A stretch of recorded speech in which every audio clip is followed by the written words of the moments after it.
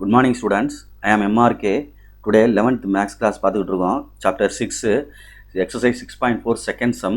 Okay, இது pair of straight line கொடுத்துருக்கு. அது வந்து parallel line அப்படின்னு கேட்டிருக்கு. Condition for pair of straight line அப்படின்றது condition for parallel to the pair of straight line அப்படின்றதுக்கு pair of straight line ரெட்டை நேரோடுகள் வந்து pair of straight lines அதாவது ரெட்டை நேர்கோடுகள் வந்து பேரலாக இருக்கணும் அப்படின்னா கண்டிஷன் இருக்குது. h square is equal to AB அல்லது h square minus AB equal to 0ன்னு சில பேர் எழுதுவாங்க. எல்லாம் ஒன்று தான். ஓகே, பயப்படாத. ஓகே, இப்போ நம்ம கிவன் கொஸ்டினில் இருந்து general equation of pair of straight லைனை கம்பேர் பண்ணி நமக்கு தேவையானதை கண்டுபிடிச்சி அந்த கண்டிஷனில் அப்ளை பண்ணோம்னா ஆன்சர் கிடைக்கும். ப்ரூஃப் ஆகுதான்னு பார்த்துடணும்.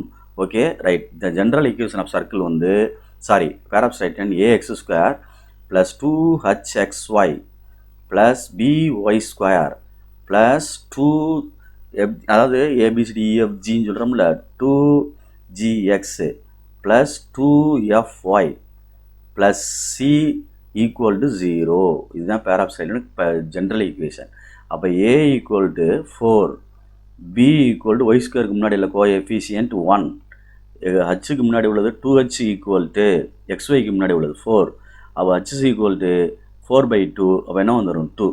அப்போ நான் செக் பண்ண போகிறேன். H square minus AB equal to 0ன்னு வருதான்னு பார்ப்போம்.